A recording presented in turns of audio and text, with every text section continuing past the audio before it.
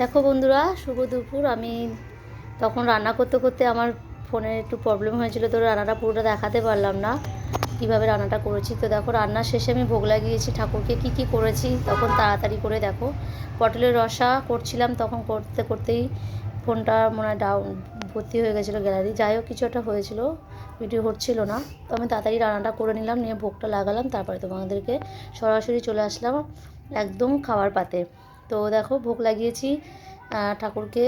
পটলের রসা, এখানে ছোলা শাক ভাজা, এখানে শিম দিয়ে সর্ষে বাটা দিয়ে কিছু একটা করেছি, নিজেই জানি না কী করেছি, বেগুন ভাজা, আর এটা হচ্ছে ওলকপি ভাজা।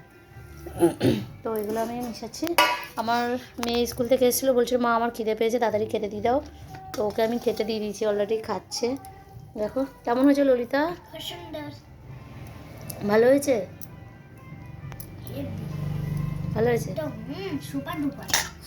আমি তাড়াতাড়ি করে করেছি তো, আর বেশি কিছু করতে পারিনি, কেননা বাড়িতে কেউ নেই, তো কে খাবে?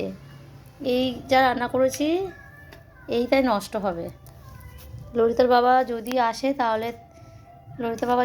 তাহলে উঠবে, না হলে থেকে যাবে। দুটো মানুষ কত খেতে পারে, তাই না? প্রসাদগুলো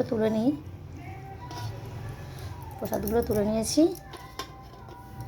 অন্যটা তুলে নেব। তো আজকে আমাদের এই মেনু, যে পটলের রসা করেছি আর এইগুলো করেছি। তো চলো, টাটা। কেমন হয়েছে অবশ্যই জানিও।